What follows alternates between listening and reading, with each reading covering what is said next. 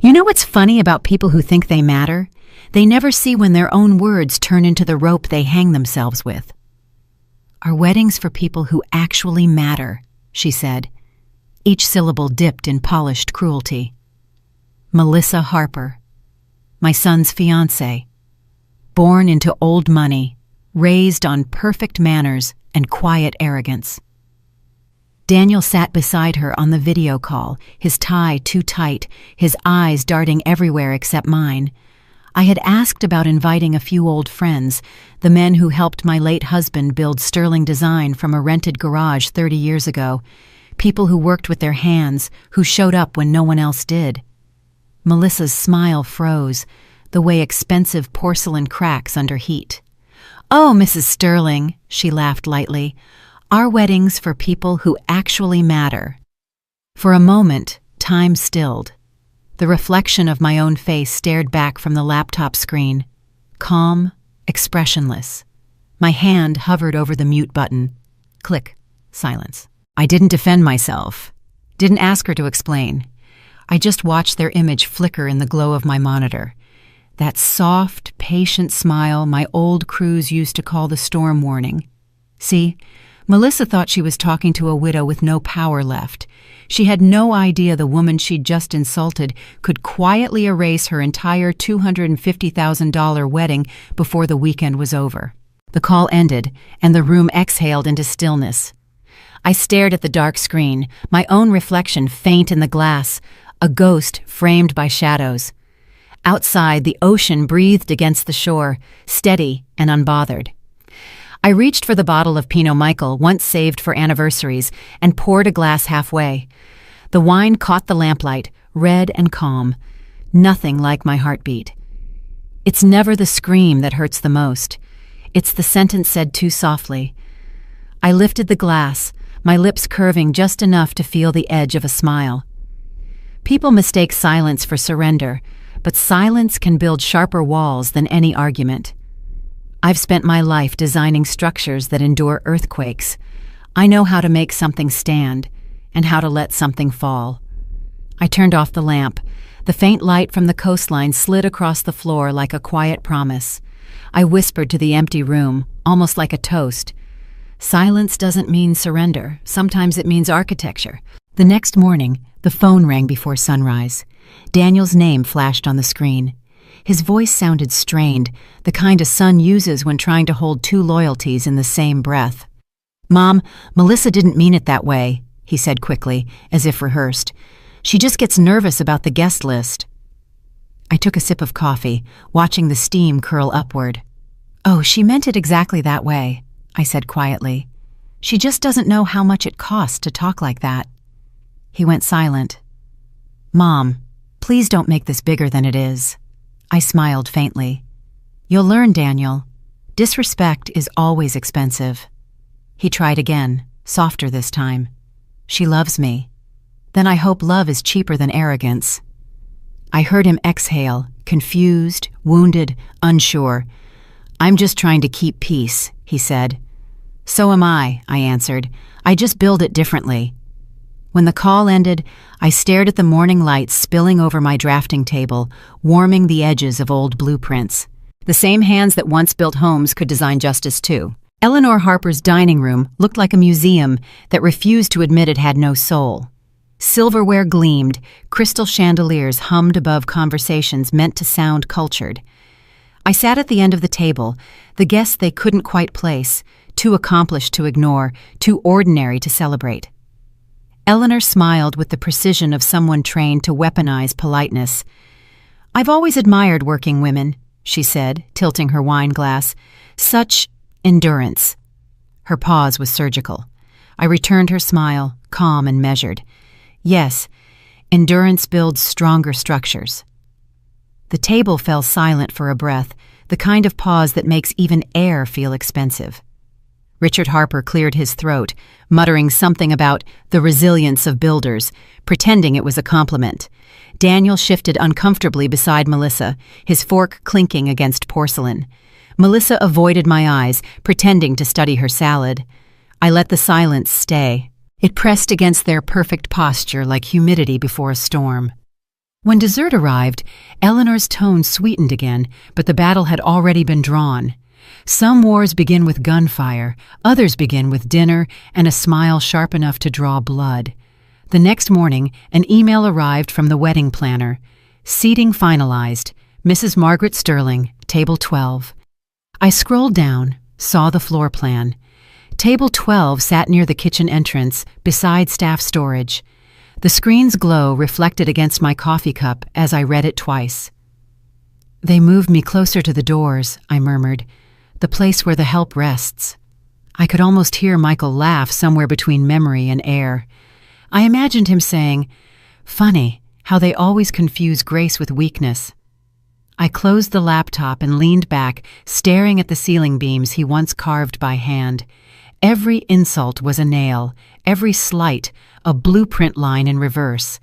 I traced my finger over the rim of my mug, steady and deliberate. They thought they were moving me out of sight, but I had spent a lifetime learning how to design from the edges.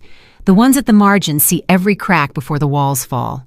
That evening, the house smelled faintly of cedar and rain. I walked into my old studio, untouched since Michael died. Dust floated in the lamplight, like memory refusing to leave. On the drafting table lay the blueprint for the Harper residence, a mansion I designed a decade ago when gratitude still existed in their vocabulary. My fingertips followed the inked lines of walls, windows, symmetry. "I built the walls they hide behind," I whispered. "Maybe it's time they remember who designed them." I pulled open drawers filled with old sketches, awards, photos of construction crews standing under half-built arches. Every face reminded me that beauty isn't born of privilege, but of sweat. Outside, thunder rolled softly over Santa Barbara Bay. I turned on the desk light, its glow catching the silver frame of Michael's portrait. "I built beauty," I said to the empty room. "They built arrogance." The words stayed in the air like scaffolding. For the first time that night, I felt something new stir beneath the calm, a blueprint unfolding inside me. I found Naomi's number still saved under Ellis contracts. It had been years since we last spoke, yet her voice answered like no time had passed. "Margaret Sterling," she said, her tone half amused, half wary. "When you call after midnight, it usually means someone's in trouble." I smiled faintly, tracing the rim of my wineglass. "Someone is, Naomi, just not me." A soft chuckle came through the line. "Tell me it's not the Harpers." "It's their daughter," I replied. "And she just told me who matters." Naomi went quiet for a moment. "That's a dangerous phrase in their circle." "Exactly why I need you." Papers rustled on her end, a sound I'd missed.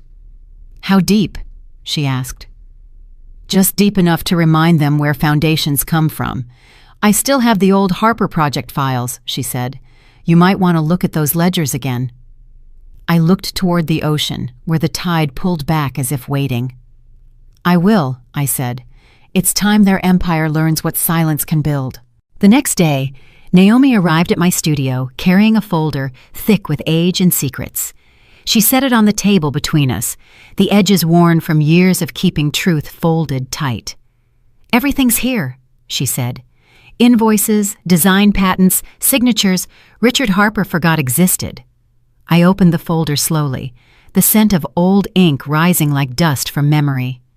"You kept all this?" I asked. Naomi shrugged. "I don't throw away evidence of arrogance." We sat across from each other in the quiet hum of the studio, pages whispering as I flipped through them. Names, dates, transactions, proof that Harper Group had used Sterling blueprints long after our contract ended. "They built fortunes on your husband's work," Naomi said. "You were too decent to chase it." I smiled faintly. "Decency has a long memory." She leaned back. "What do you plan to do?" I closed the folder, the sound sharp as a verdict. "I'm going to make a few calls, quiet ones." The first call went to George Klein, owner of the resort hosting the wedding. He owed Michael his second chance at life.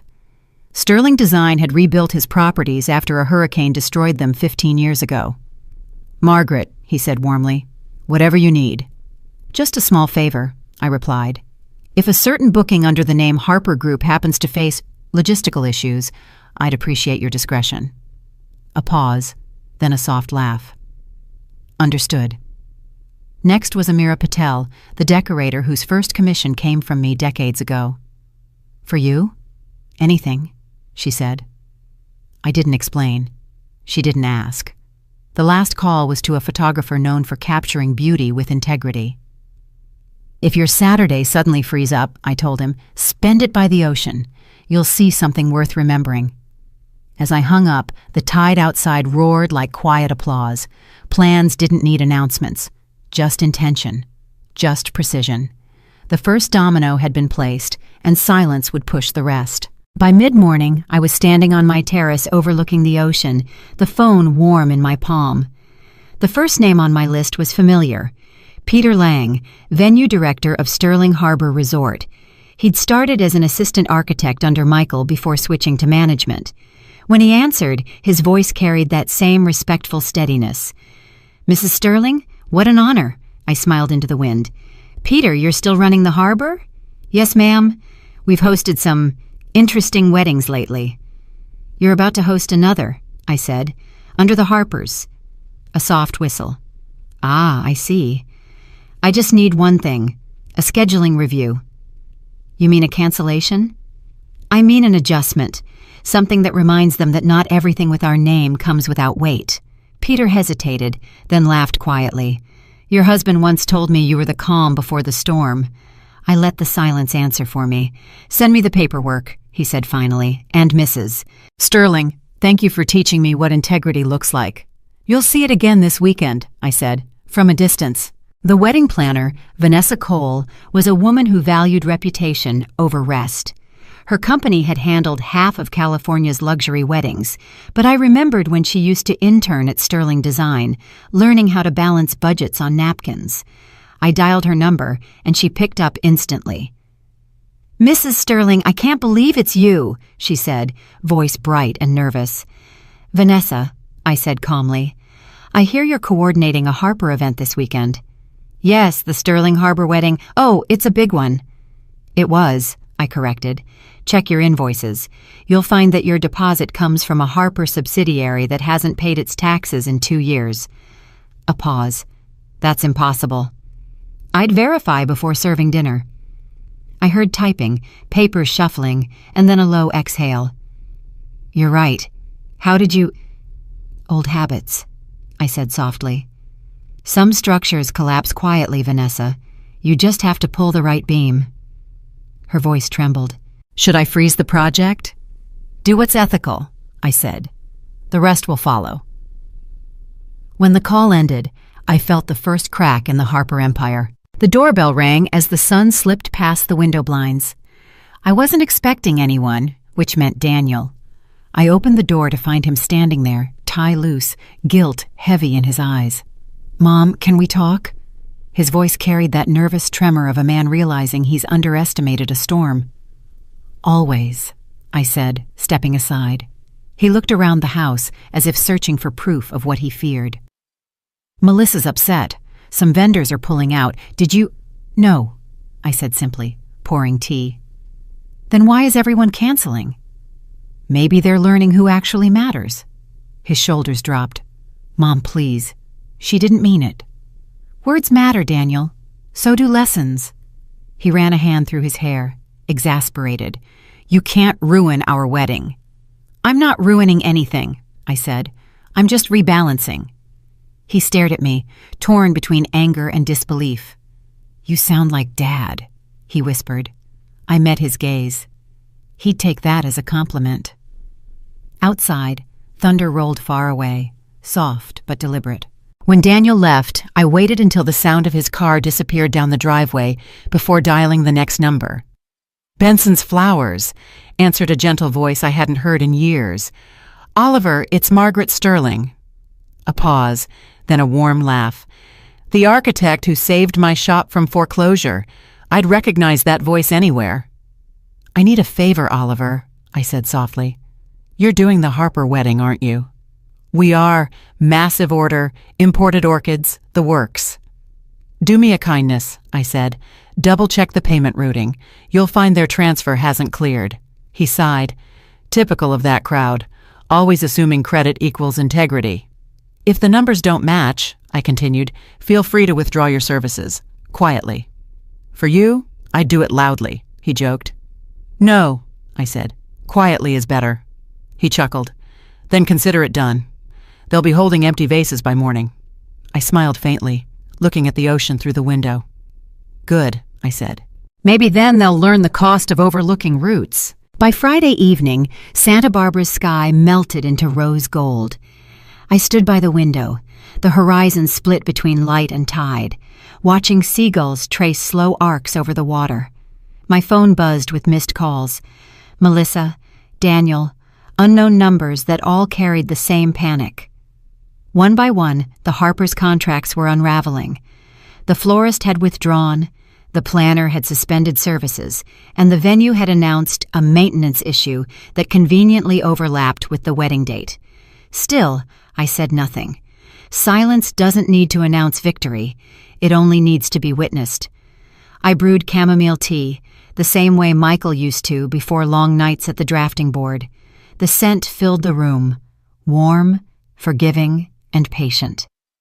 I sat at my work table, fingers resting on an old blueprint labeled Harper Residence, 2011.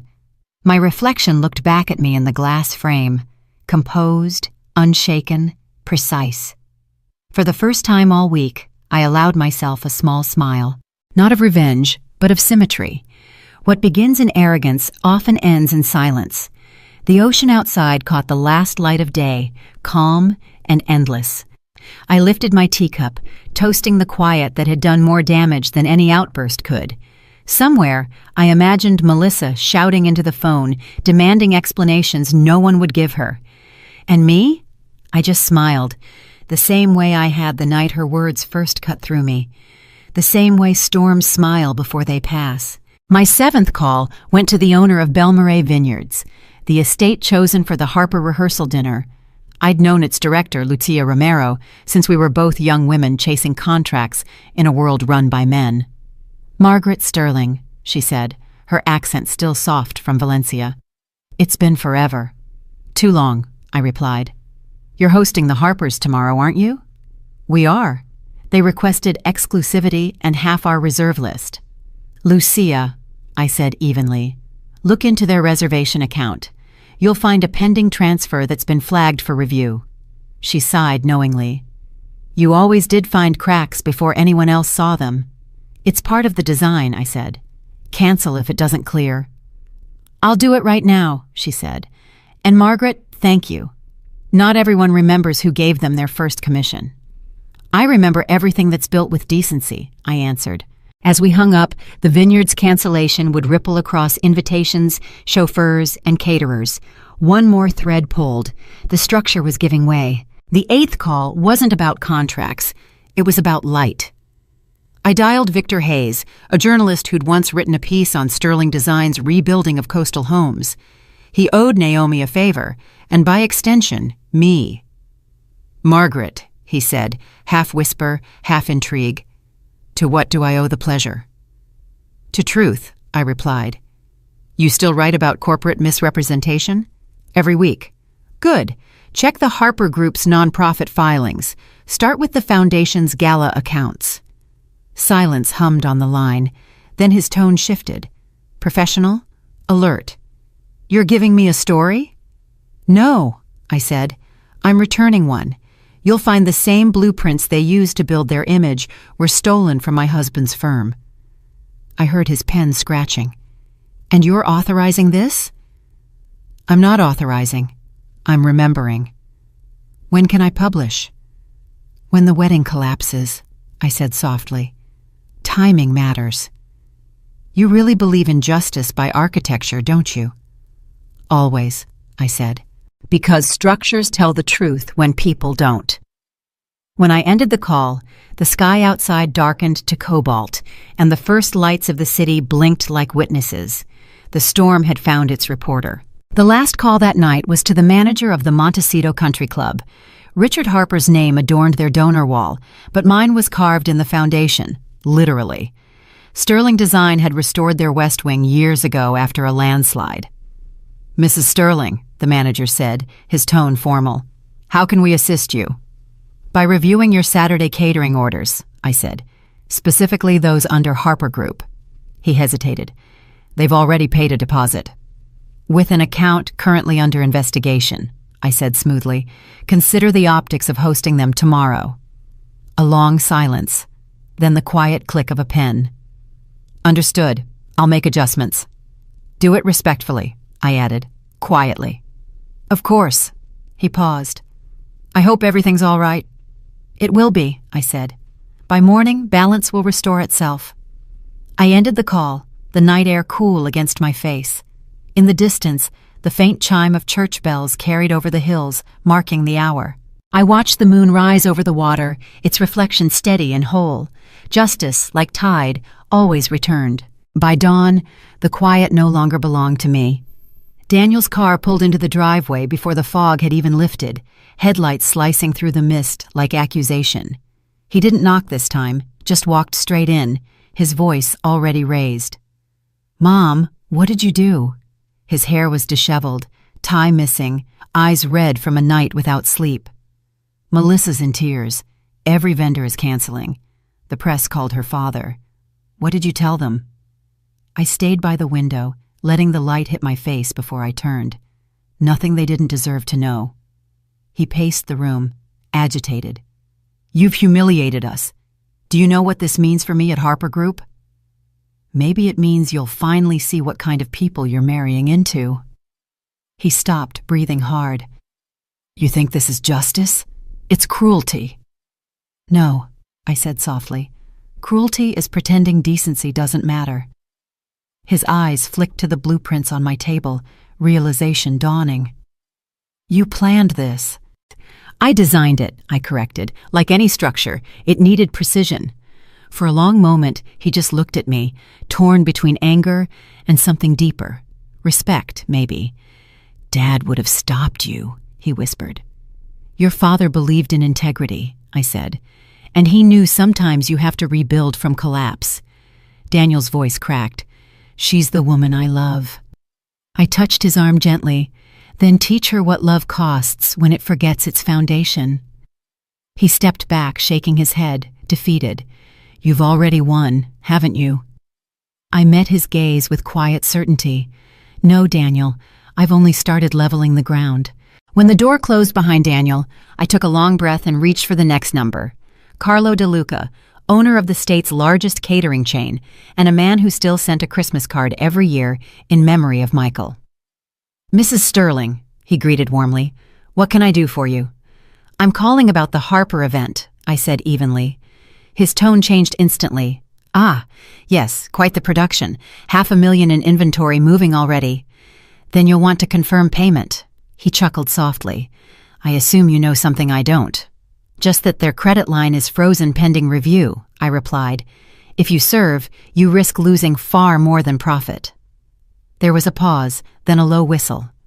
"You always had perfect timing, Margaret. I'll redirect my trucks tonight." "Do it quietly," I said. "No headlines. You have my word. And Margaret?" "Yes?" "I never forgot how your husband helped my father keep our first kitchen. This one's for him." I smiled faintly. "He'd appreciate that, and so will the truth." By mid-afternoon, Naomi called from her office, her tone brisk but carrying the excitement of discovery. "Margaret, you might want to sit down," she said.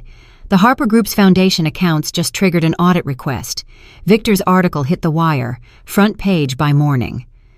I exhaled slowly, the air thick with vindication. "Already?" "Yes." He cross-referenced their filings with your old project invoices. "There's a clear pattern, unauthorized reuse of sterling designs, falsified billing, the works. Richard Harper tried to contact the paper's legal team, but they refused to retract. It's spreading fast." I leaned against my desk, eyes drifting toward Michael's framed sketch on the wall. "He used to say that truth is the cleanest design." Naomi chuckled. "Well, this one's pristine. The SEC's looking into them, and the charity board just froze their funding. By tomorrow, the Harpers won't have a company to host that wedding." A wave of calm washed through me, not satisfaction, just balance returning. "Thank you, Naomi," I said. "You've done more than you know." She softened. "You realize you could rebuild Sterling Design with this momentum?" I'm not rebuilding for profit, I said quietly. I'm rebuilding for peace. Then you've already succeeded, she said before hanging up. The ocean breeze slipped through the open window, carrying the faint sound of waves breaking. Soft, steady, absolute. The final call was to the director of Willowmere Garden Estate, the backup venue Melissa's family had likely scrambled to secure. "Mrs. Sterling," the woman answered politely. "How wonderful to hear from you." "Likewise," I said. "I understand the Harpers contacted you this morning?" "Yes, for an urgent reservation, tomorrow evening." "Check their payment credentials," I advised, "and ensure your staff is protected from sudden reversals." There was a pause, then a quiet laugh. "You sound like someone who knows how these families operate." "I've built half their houses," I replied. "I know the cracks better than the paint." She hesitated. "Would you like me to confirm the booking?" "Only if it's honest," I said. "Otherwise, let it fall." A rustle of papers, then her voice firmed. "Understood. We'll be under renovation by morning." "Good," I said gently. "Let the garden rest." As I hung up, I watched a single petal from the orchid on my desk drift to the floor. Even beauty, when built on deceit, must shed before it grows again. Only one name remained on my list: the photographer, Julian Cross. A man whose work graced luxury magazines, whose lens had immortalized the Harper family's wealth for a decade. I had met him once, years ago, when he shot a feature on sterling design. He had called my work cold perfection. I'd taken it as a compliment. I dialed his number. "Julian, this is Margaret Sterling." A brief pause, then his voice came alive with curiosity. "Mrs. Sterling, it's been ages. Are you still crafting those impossible lines that make the rest of us look clumsy?" "Not lately," I said softly. "But I hear you're working with the Harpers again." "Yes, their wedding tomorrow. Quite the spectacle. 12 venues, one night. It's excessive, even by their standards. Julian, you should know the Harper Foundation is under preliminary SEC review. Their accounts are frozen." He fell silent. "You're certain?" "Completely. Check your email. I've sent you the link." I could hear typing, the faint sound of disbelief turning into realization. My God, if I associate with them, it could ruin my reputation. "Then don't," I said simply. "Let integrity be your best photograph." A soft exhale. "You've changed, Margaret." "No," I murmured. "I just remembered what matters." He hesitated before replying. "Then, this is goodbye to the Harpers, and thank you for reminding me that art has ethics." When I ended the call, the list before me was complete. 12 names, 12 quiet collapses. The wedding that was meant to showcase power had dissolved into whispers. The morning sun arrived pale and unforgiving. My phone buzzed nonstop, messages from vendors, colleagues, even reporters, all circling the same storm. I ignored everyone. Across town, Melissa's world was fracturing in real time. Eleanor Harper had called an emergency meeting with lawyers. Daniel, exhausted, sat in silence while his fiancée screamed about sabotage and blackmail. 12 venues had withdrawn overnight. The news had spread before breakfast. At my house, the only sound was the faint hum of the refrigerator and the ticking of Michael's old clock. I poured coffee, watching the steam rise like morning prayer. The phone buzzed again, Daniel's name. I let it ring. Some lessons can't be delivered twice. The ocean shimmered beyond the glass, calm, indifferent. For the first time, I felt no anger, no satisfaction, only equilibrium, the kind of peace that comes when truth restores its own order. By morning, 12 bookings had vanished, and I hadn't lifted more than a finger. By noon, the city was humming with the story. West Side Daily ran a headline splashed across every screen: Harper Foundation under SEC investigation for financial misconduct. Reporters camped outside the Harper mansion, their microphones trembling with excitement. Eleanor Harper appeared at the door in her pearls and defiance, waving papers and shouting about false accusations. Cameras clicked like locusts. Inside, Melissa was sobbing in her designer robe. "Who would do this to us?" she cried. Daniel tried to console her, but his hands shook too much to be steady. Every call he made ended with a polite apology or a disconnected tone. At my house, I stood by the radio, stirring sugar into my tea. The anchor's voice floated through the kitchen. "The Harper Foundation is now under preliminary review." I smiled faintly. "Justice doesn't need an invitation," I whispered. I turned off the radio, letting the silence fill the room again. It was quieter now, deeper, like the world exhaling after a long lie. Across the water, I imagined the Harpers clutching at what was left of their image, realizing that money can't buy what's already gone. Trust. And somewhere, in the chaos of flashing lights and falling reputations, I wondered if Melissa finally understood that people who matter don't hide behind headlines, they survive them. The Harper estate erupted by afternoon. The marble halls that once echoed with prestige now reverberated with shouting. Eleanor slammed her hands on the table, her voice sharp as glass. "You let her ruin us, Daniel! You and that woman!" Daniel rose from his chair, eyes bloodshot. "She's my mother, not a criminal." Melissa turned on him, her face blotched with anger. "She's destroying our lives. My family's name is being dragged through the mud." "You did that yourselves," he said quietly. Eleanor's glare could have cracked stone. "You're defending her after this humiliation?" Daniel's tone softened, but his words carried weight. "You both talk about reputation as if it's currency, but integrity was the only thing she ever tried to give me." Melissa threw her ring onto the table. "You think integrity will pay for this disaster?" He stared at the ring for a long moment before whispering, "It's already paid in full." Outside, cameras flashed through the windows. Inside, their empires splintered. The sound of Eleanor's voice faded into helpless sobs. Melissa stormed upstairs, and Daniel sank into the nearest chair, silent, hollow, awake. And miles away, I stood at my work table, sketching new lines on a blank blueprint. Not for them, for me. Because once the noise fades, the rebuilding begins. It was close to midnight when I heard the knock. Daniel stood at the door, his face pale, suit wrinkled, the look of a man caught between guilt and awakening. I stepped aside without a word and let him in. The air between us was heavy with everything unsaid. "Mom," he began softly, "please, if you know something, help me fix this." I turned to face him fully. "I did fix it, Daniel. You just didn't like the blueprint."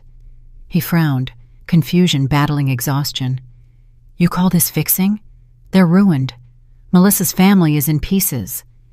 "Then maybe now they'll understand what they built wasn't meant to stand," I said. He dropped onto the couch, his voice cracking. "You could have told me." "You wouldn't have listened," I replied gently. "You were too busy chasing their approval." He buried his face in his hands. "I thought marrying her would make me someone important." I walked to the table, picked up an old photograph, Michael standing beside him at age 6, both covered in sawdust, smiling. "You already were," I said quietly. "You just forgot who taught you what matters." Daniel looked up, tears rimmed at the edges. "I don't even know how to face her." "Start by facing yourself," I said. "Buildings only fall when their foundation lies." He nodded slowly, a shadow of understanding settling in. When he left, the night air followed him out, cool and clean. For the first time, I felt the weight lift, not of guilt, but of truth finding its place again. By sunrise, the story had multiplied. Every news outlet, every social feed, every talk show host dissected the fall of the Harper Foundation. Drone shots of their mansion played behind dramatic voiceovers. Phrases like charity fraud and financial deceit became trending topics before noon. I didn't need to watch, but I did. A quiet observer of chaos I'd never have to touch again. On the kitchen counter, my tea cooled as the anchor read aloud excerpts from Naomi's leaked documents. For a moment, I felt almost sorry for them. Almost. "They built their castle on borrowed light," I whispered. "Now the dawn's real." Across town, cameras swarmed the Harper gates. Melissa's social accounts went dark, and Eleanor's foundation board voted to suspend all activity pending investigation. The empire that once prided itself on reputation was now defined by exposure. I turned off the TV and opened the window. The world outside smelled like rain and renewal. Some storms don't destroy, they cleanse. Naomi's voice came through just as thunder rolled in from the coast. "Margaret," she said, calm but cautious, "you've stirred a real storm. The FBI's reviewing the Harper's accounts now. This isn't gossip anymore. It's federal." "I didn't stir it," I said quietly. "I just removed the lid." "I know," she replied, a touch of admiration beneath the concern. "But still, they'll start digging into connections. If anyone asks, keep your distance." I smiled faintly, staring at the rain streaking down the glass. "Distance is all I've had these years, Naomi. It's finally working in my favor." "You're extraordinary, you know that?" "No," I said, "just consistent. I follow structure. Justice does the rest." She laughed softly. "Only you would describe revenge like architecture." "It's not revenge," I said, lowering my voice. "It's restoration. I'm fixing what arrogance bent." Outside, the storm intensified. But instead of fear, I felt calm, the kind that comes when a design holds under pressure. "Be careful," Naomi said finally. "Even good structures can crack if they stand alone." "I'm not alone," I said. "I've got silence, and it's held longer than any wall." The next day, the world tuned in. Eleanor Harper appeared on national television, her voice trembling between outrage and denial. "Our family stands for integrity," she declared. Behind her, the Harper crest gleamed under studio lights, a symbol already hollow. I sat in my studio, sketching while her words played through the radio. The more she spoke, the more I realized how fragile performance sounds when truth walks in the room. Integrity, I thought. A lovely word. Shame they rented it. Naomi texted a single line. "FBI agents at Harper HQ. It's over." I looked at Michael's old drafting tools. Steel, exact, dependable.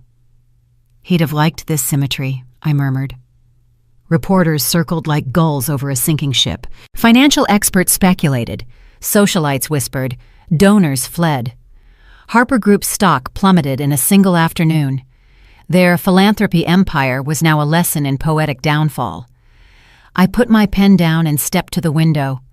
The ocean was restless, waves folding over themselves like chapters closing.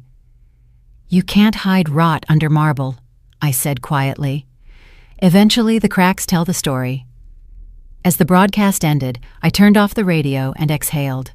I wasn't celebrating, just breathing in a cleaner air. Justice doesn't always roar. Sometimes it just removes the noise.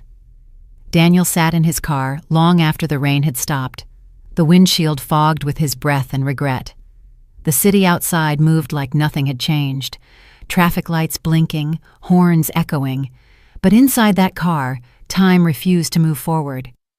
On the passenger seat, his phone buzzed with missed calls from Melissa, each one shorter than the last.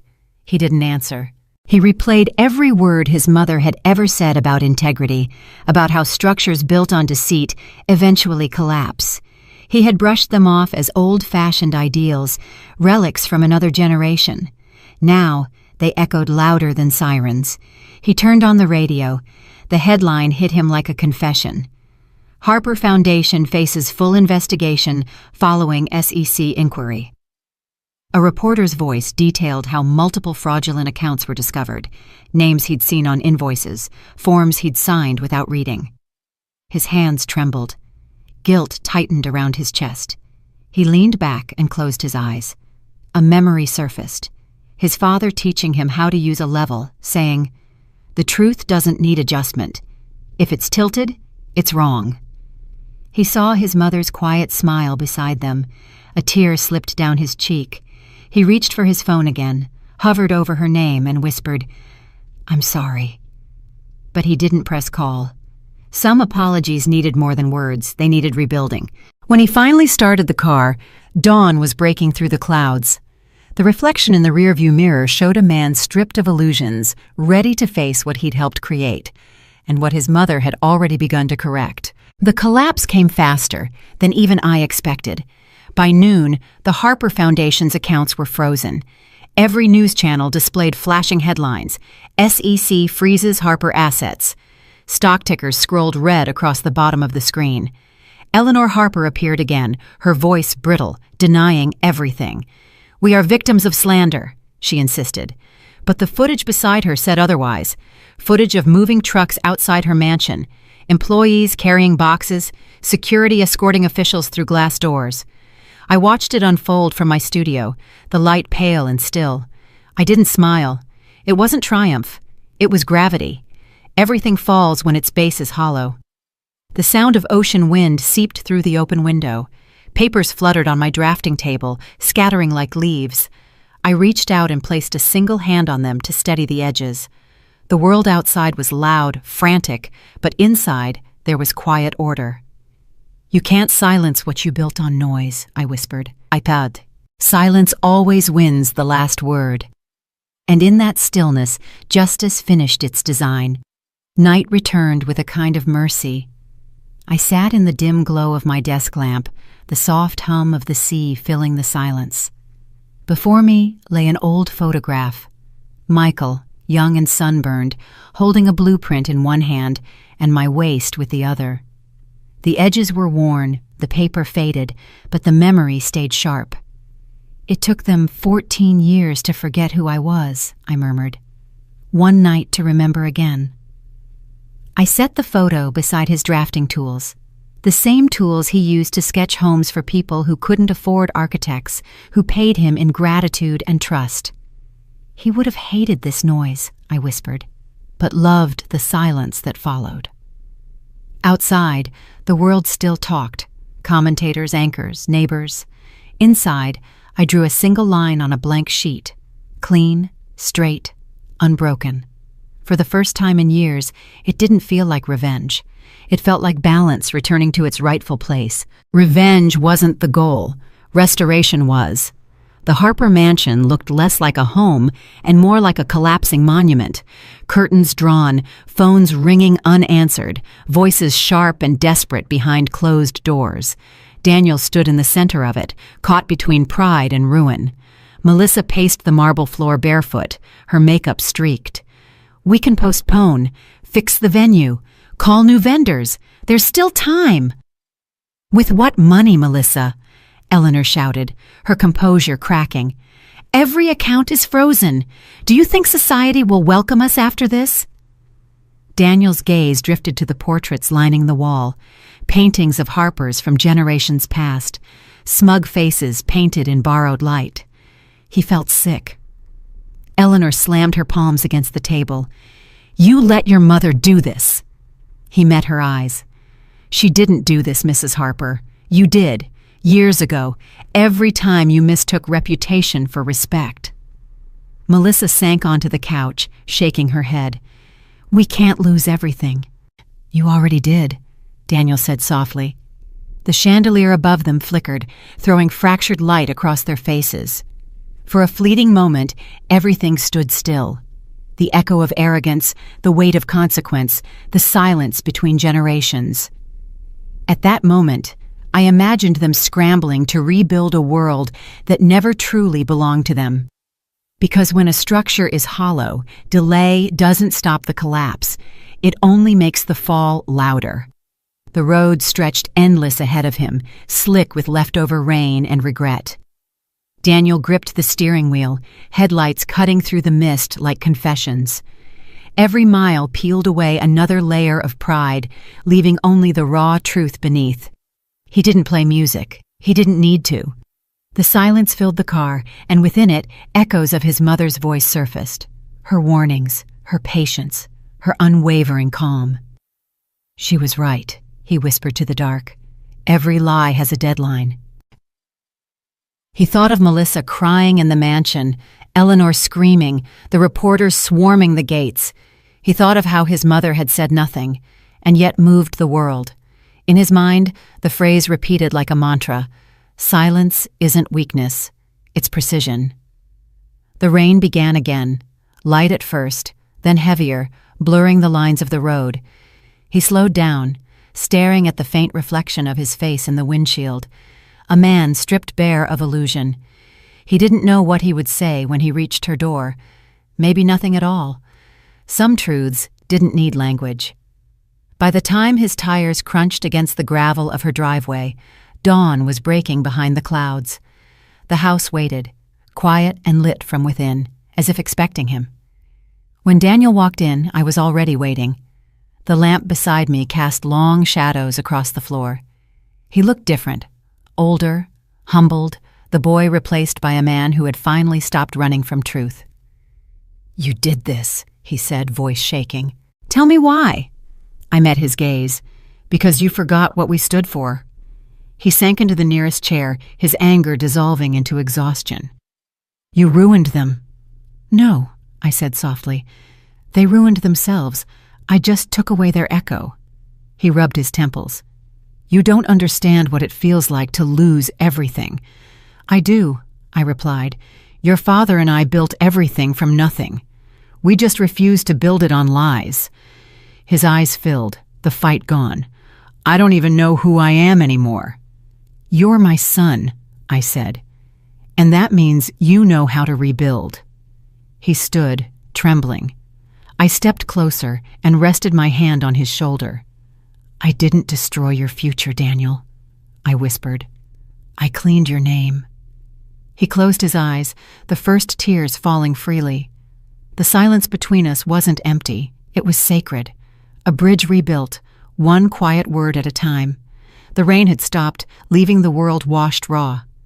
Daniel and I sat opposite each other at the kitchen table. The same table where his father once mapped out dreams on the backs of napkins. Now it held only 2 cups of untouched coffee.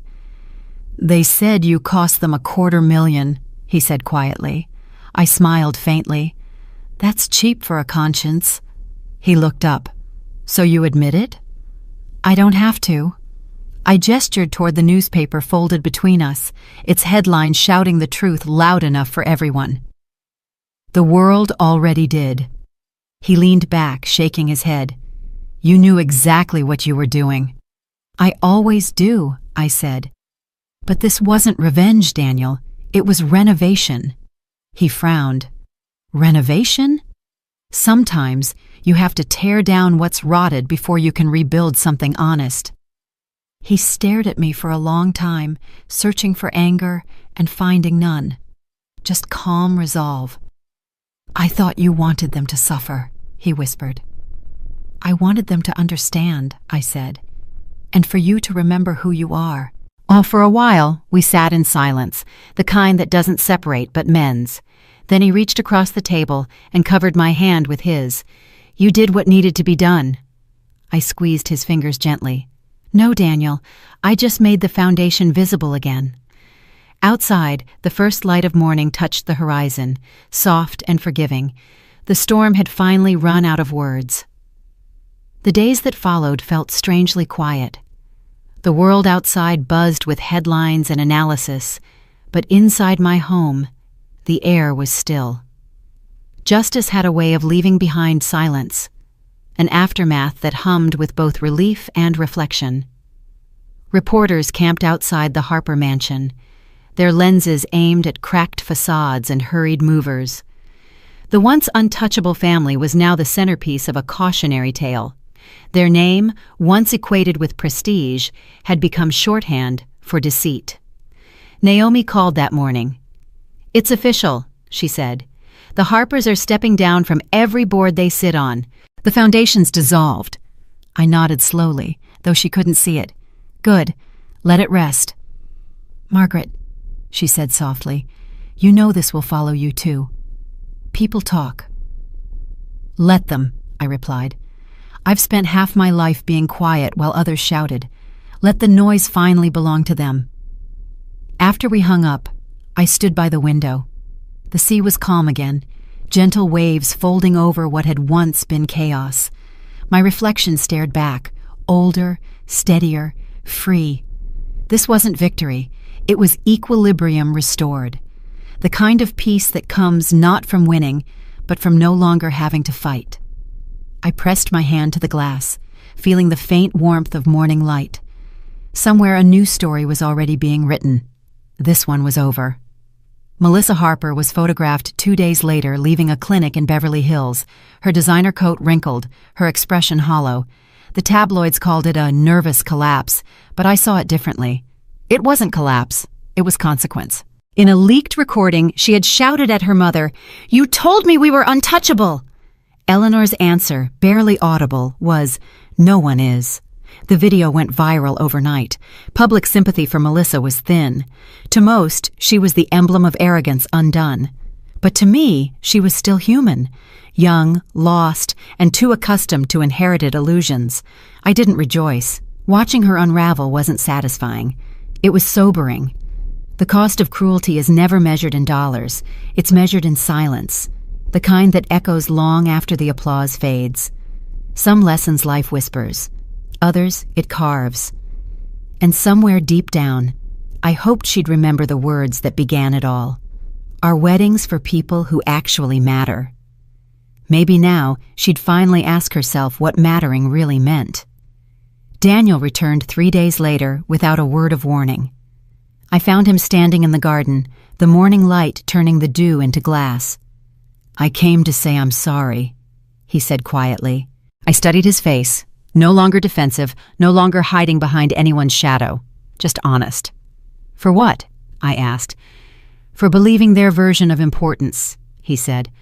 "For letting pride talk louder than truth. For forgetting who raised me." I stepped closer. "And what have you remembered?" He smiled faintly. "That integrity doesn't need an audience." For a long time, we stood there, mother and son, with no need for explanations. Finally, I said, "Your father would be proud." "I think he'd be proud of both of us," Daniel said. "You taught them that power without decency isn't power, it's noise."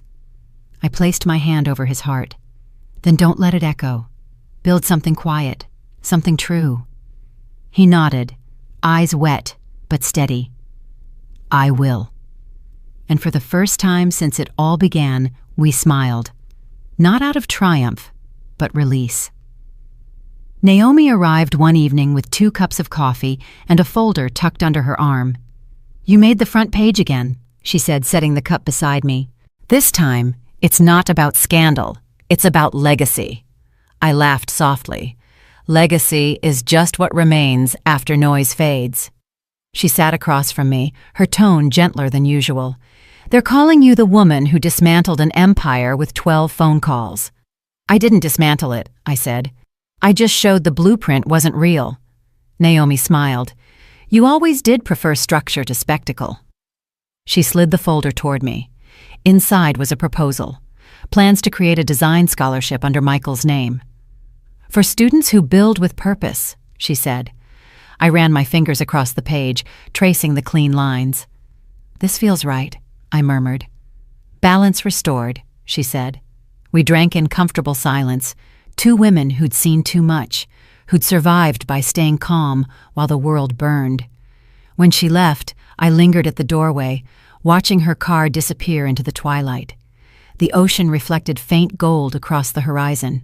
Justice was done. But grace, that took longer. And as the waves folded in, I whispered to the wind, because sometimes the quietest stories are the loudest truths. A week later, an envelope arrived. Heavy cream paper, handwritten, formal, the kind that carried both tradition and apology. I recognized the handwriting immediately. Daniel's. The return address wasn't the Harper Mansion, but a modest community hall overlooking the ocean. Inside, the note was simple. "Mom, I'd be honored if you'd come. It's not a wedding anymore. It's a beginning. Daniel." I read it twice, tracing the ink with my fingertip. The words weren't elegant, but they were honest, and that made them beautiful. For a long moment, I stood by the window, listening to the distant hum of waves against the rocks, the same sound that had steadied me through every storm. I looked around my studio, blueprints rolled and stacked neatly, Michael's tools still gleaming in the late light. This wasn't about triumph anymore. It was about closure, about a son choosing integrity over inheritance. I folded the letter carefully and placed it beside my tea. I didn't need time to decide. Some invitations don't ask for attendance. They ask for forgiveness. That night, I pulled out a small wooden box from the drawer beneath my work table. Inside, a faded blueprint. Sterling House, 1998. Our first home. The one Daniel grew up in, built with Michael's bare hands and my pencil lines. I smiled. Maybe it was time he remembered where everything began. The next morning, I laid the blueprint flat on my desk. Its corners were soft, edges yellowed, but every line still sharp. A perfect reflection of what endurance looks like. I added a single note at the bottom corner in neat, precise handwriting. For Daniel, so you never forget what truly stands the test of time. Then I sealed it inside a simple frame.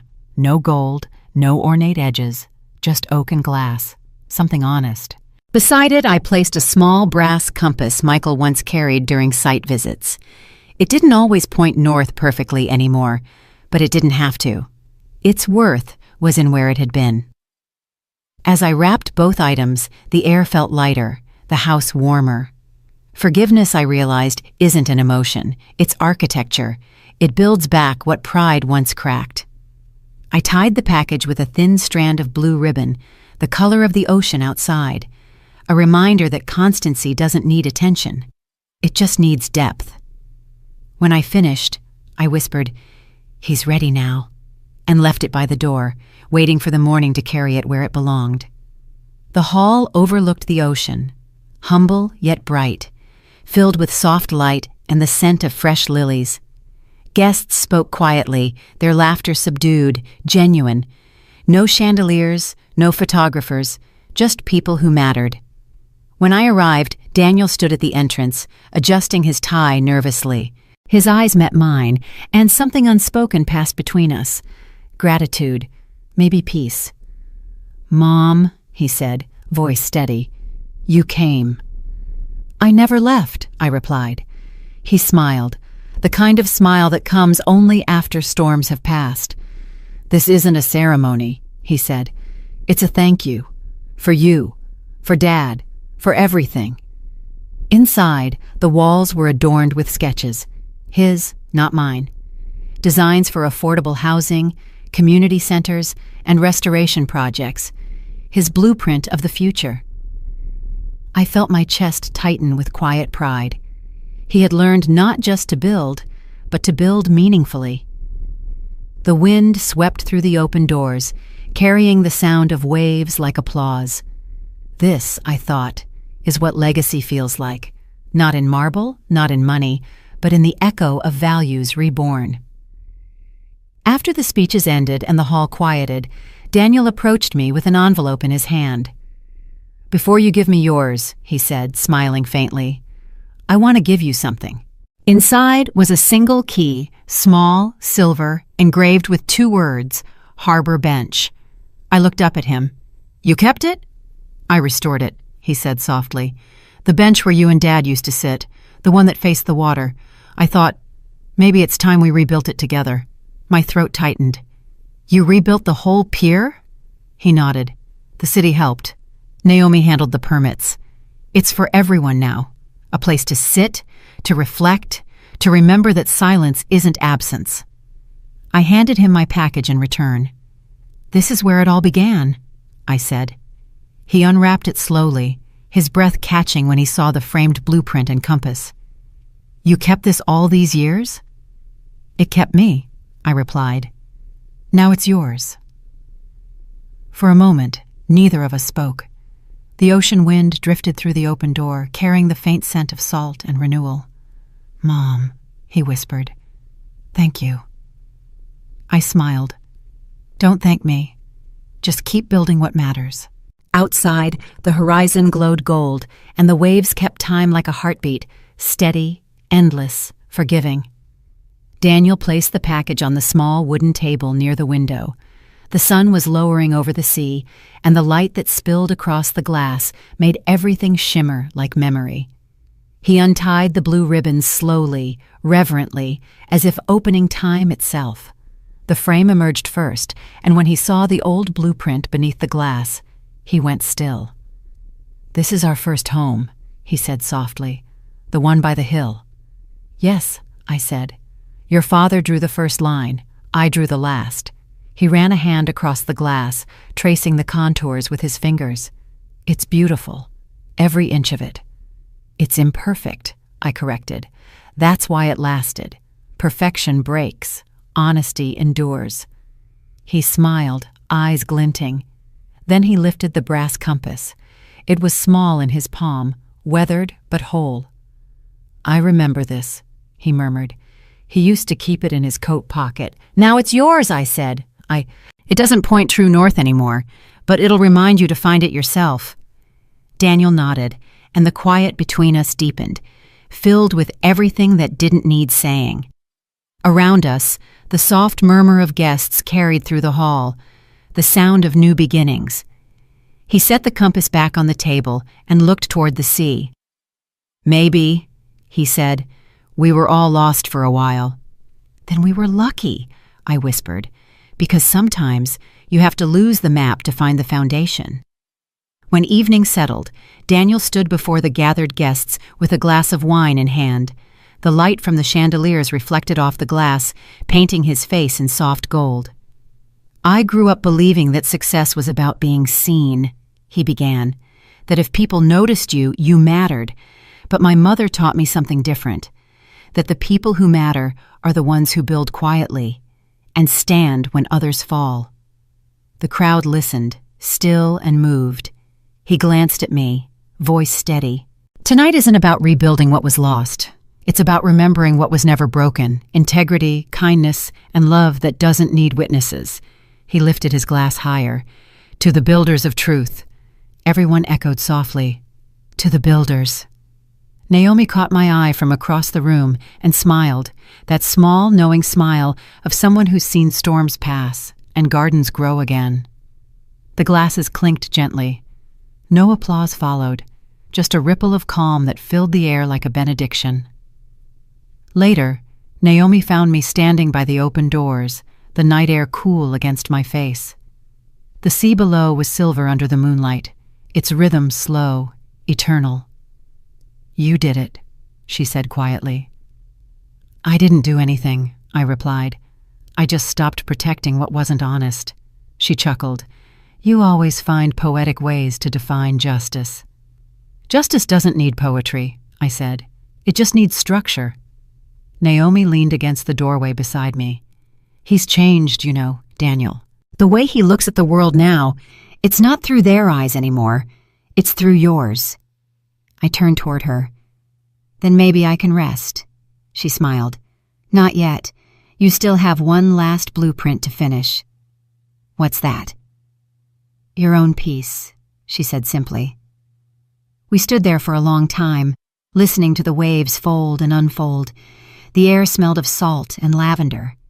For once, I didn't think of rebuilding. I thought of letting go, and for the first time, it felt safe to do so. The next morning, I walked down to the pier. The sun had just risen, spreading soft gold across the water. The bench Daniel restored sat at the edge, smooth wood, newly varnished, steady as if it had always been there. I ran my hand along its surface, the grain warm beneath my palm. The engraving glinted faintly in the light. "For those who build quietly." Sitting down, I watched the horizon breathe. The waves moved in calm succession, erasing footprints, carrying stories away, leaving only clarity behind. For years, I had mistaken silence for loneliness. Now I understood. It was foundation. It held everything steady when words failed. I reached into my coat pocket and took out the compass. The needle quivered slightly, then stilled. Not north, not anywhere in particular, just enough. The ocean wind brushed against my hair, carrying whispers that felt like home. Michael's voice, Daniel's laughter, Naomi's calm, all merging into one rhythm. I closed my eyes and let the sound wash over me.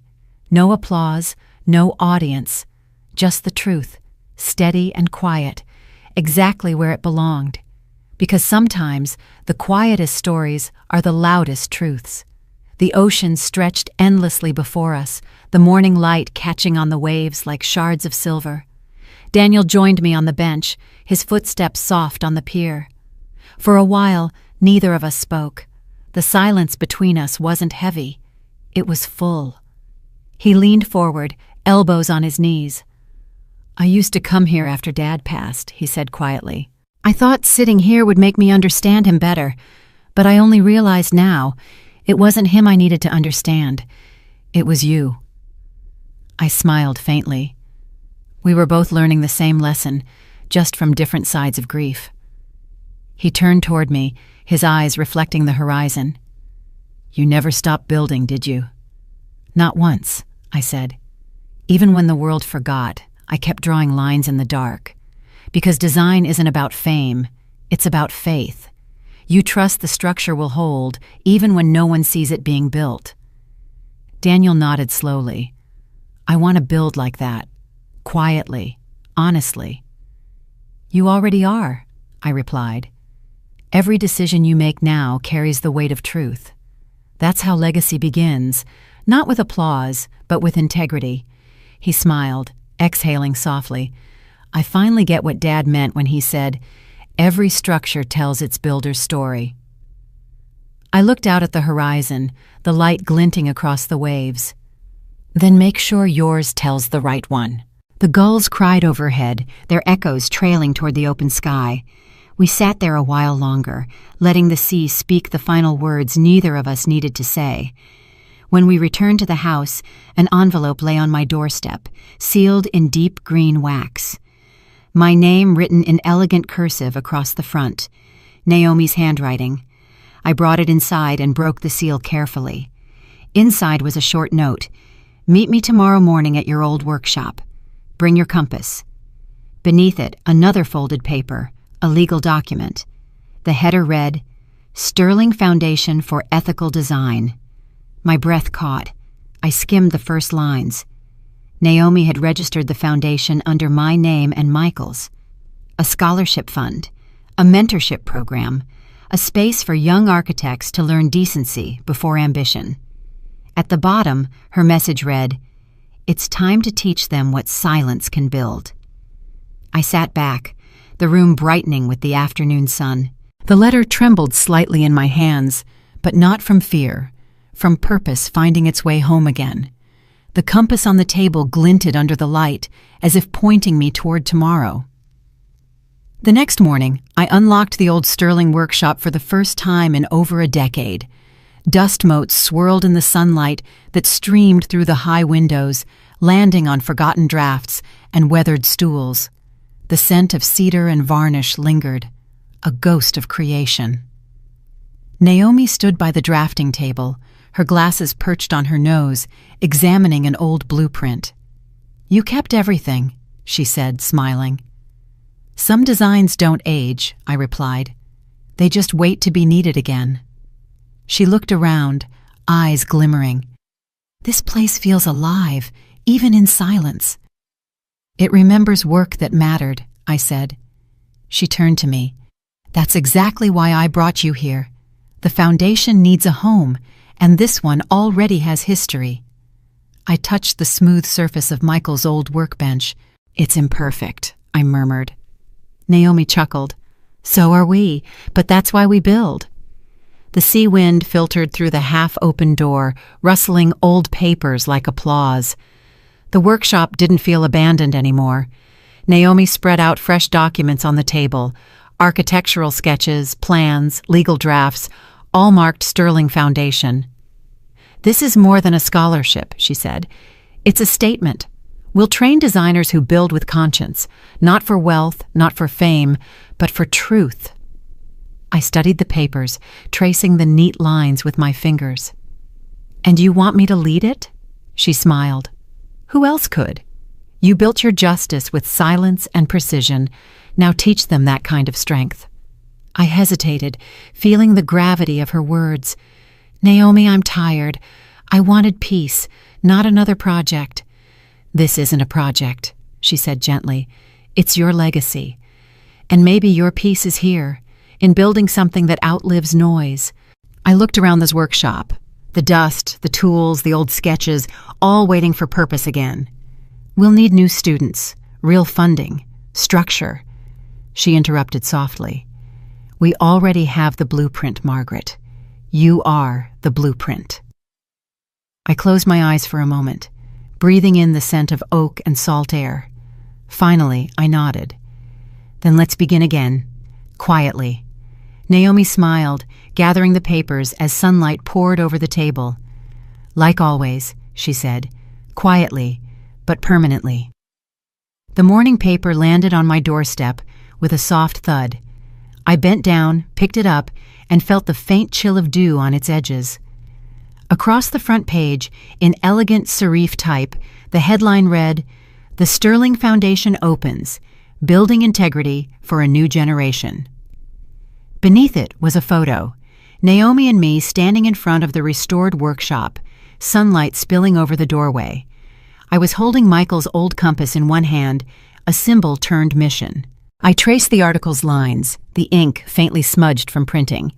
It told the story of what had happened, how a scandal had reshaped an entire industry, how one woman's quiet defiance became a model of accountability. Words like reform, honesty, and rebirth leapt off the page. But what caught my eye most was the closing line. Sometimes the strongest foundations are built in silence. I set the paper aside, letting the words settle. It wasn't pride I felt. It was relief. After years of being dismissed as a widow in the shadow of old money, I had finally built something that mattered more than status. Outside, the breeze carried the scent of salt and new beginnings. The workshop windows glowed in the early light, alive again with purpose.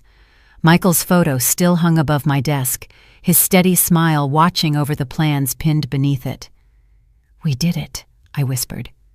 The wind rustled the pages of the newspaper, almost like applause.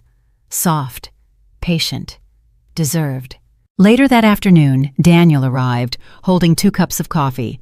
He stood in the doorway, sunlight haloing his shoulders. "They're calling you the architect of silence," he said, a hint of a smile tugging at his lips. I laughed softly. "That sounds dramatic for someone who just makes phone calls." He handed me a cup. "You did more than that, Mom. You reminded people that decency doesn't expire." We sat at the old drafting table, the air smelling faintly of sawdust and ink. "I read the article," he said after a pause. "You didn't tell them about me." "It wasn't my story to tell," I replied. He nodded, thoughtful. "Then maybe I'll write my own." "You should," I said. "But remember, truth builds slowly. Don't rush it." He smiled. "I'll take my time. You taught me that." When he left, he turned at the door. "The world finally sees who you are." I looked up from my desk. "No, Daniel. They finally see what matters." That evening, I found an envelope tucked beneath the workshop door. It had no return address, only my name written in looping handwriting. Inside, a short letter on thick stationery. "Mrs. Sterling, I don't know you personally, but I watched your story unfold. I'm a young architect, newly graduated, and I thought success meant noise, followers, exposure, attention. But your silence taught me more than any lecture. I want to build the way you did, with intention.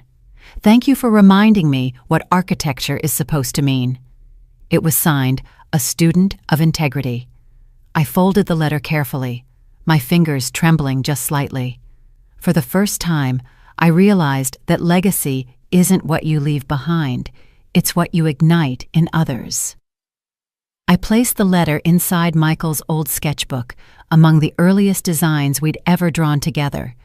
Outside, the light dimmed, and the sea's rhythm carried through the open door. The world was still turning, but now it was turning toward something true. Soft piano music filled the air as the scene unfolded in fragments of light and memory. Students walked through the workshop, unrolling blueprints across new tables. Naomi guided them patiently, her voice steady as they learned the craft of conscience. Daniel stood by the door, teaching a group of volunteers how to restore the pier. The sun caught the brass compass clipped to his belt, gleaming with every gesture. Elsewhere, a wall displayed framed photographs, the first Sterling project, Michael's smiling face, the Foundation's mission statement etched in glass. We build what lasts. I stood quietly in the background, a cup of tea in hand, watching the next generation take shape. Laughter echoed, footsteps shuffled, pencils scratched against paper. The air buzzed not with noise, but purpose. The camera panned to the ocean beyond, the horizon endless, the waves slow and sure. The rebuilt bench stood at the pier's edge, newly varnished, waiting for anyone who needed stillness. My voice played softly over the scene. Design isn't about walls or windows. It's about honesty made visible. And when silence becomes structure, justice doesn't fade, it stands. Afternoon light streamed across the gallery wall inside the new Sterling Foundation headquarters. Photographs lined the space from floor to ceiling, moments frozen in gentle defiance. At the top was a picture of Michael and me, younger, sunburned, laughing at a construction site that barely had walls yet. Beneath it, photos of our earliest apprentices, their faces streaked with sweat and hope. Farther down, images of the new generation, students leaning over blueprints, hands stained with graphite, smiles unposed. Daniel had curated the exhibit himself. Each frame bore a small brass plate with a single word: integrity, work, legacy, truth. I walked slowly along the wall, fingertips brushing the glass. Every photo was a window into a life built with intention. I stopped at one near the center, Daniel and Naomi at the reopening of the workshop, the compass glinting in his hand. The caption beneath read, "Rebuilding begins where arrogance ends." I felt something rise in my chest, a quiet mix of pride and humility. These weren't just images. They were proof that silence had weight, that stillness could leave an imprint strong enough to outlast noise. A student passing by smiled at me shyly. "Mrs. Sterling," she said, "you built all this." I shook my head gently. "No, dear, I just remembered how." The girl nodded, her eyes wide, as if she'd just seen what foundations were made of. The courtyard buzzed with soft conversation as guests gathered under strings of lights. Daniel stood at the podium, a simple wooden structure built by the apprentices. No spotlight, no grand stage, just people, community, and purpose. He adjusted the microphone and began, "When my mother started this foundation, she didn't build it for recognition. She built it for remembrance of how decency can shape the world quietly." The crowd hushed. Naomi stood beside me, her eyes glistening.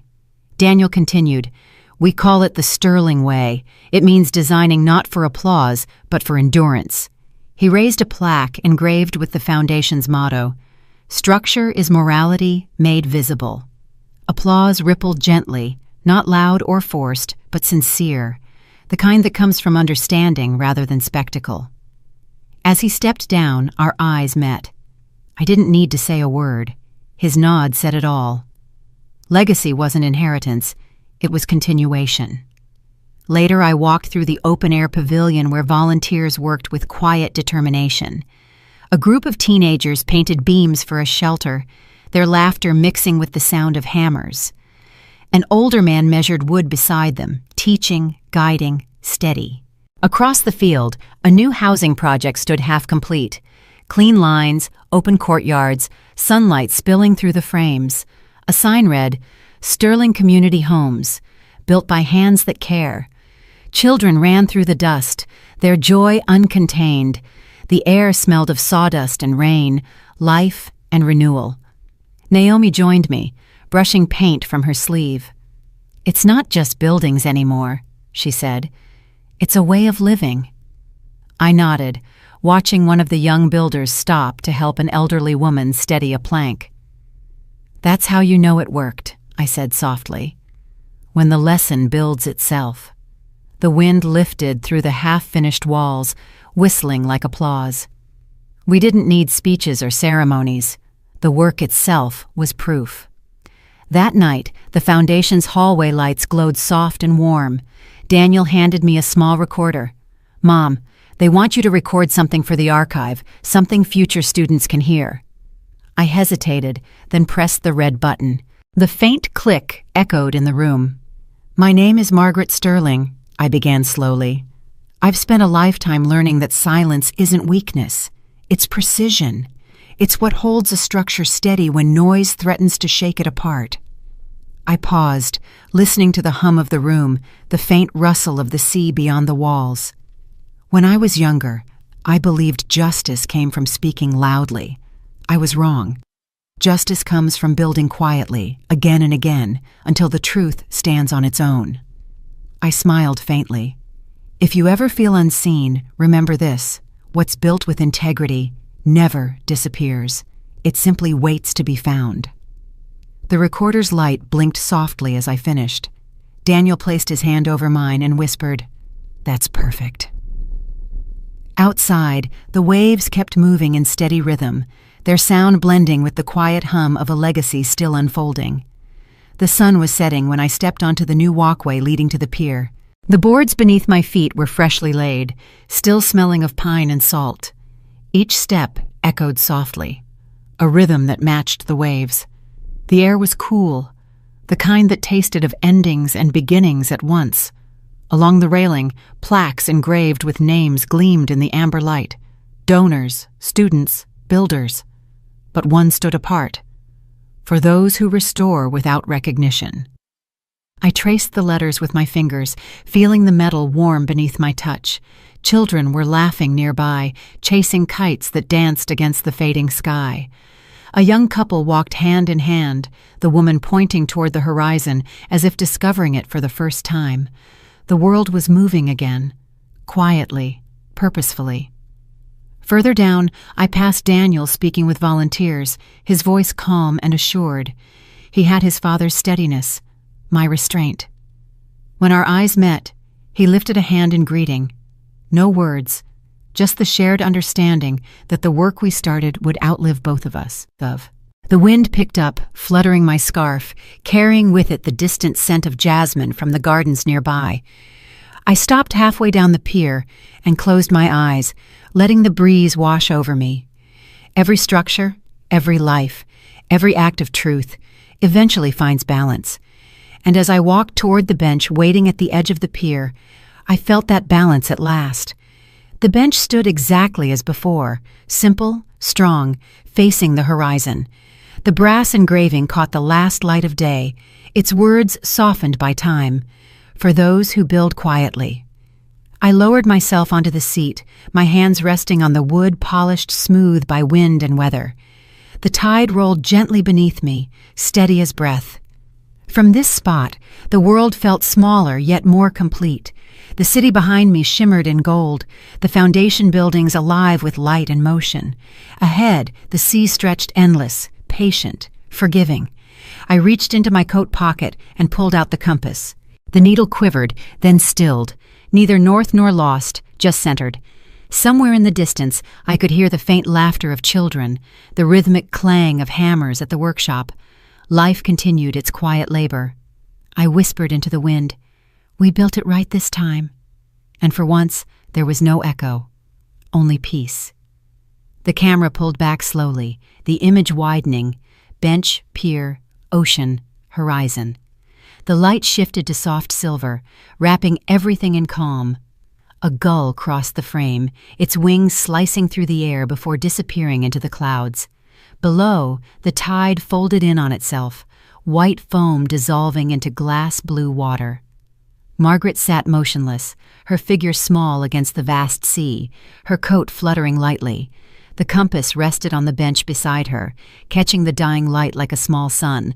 Then, stillness. The frame froze. The color faded to sepia, turning the moment into memory. Over the frozen image, faint words appeared.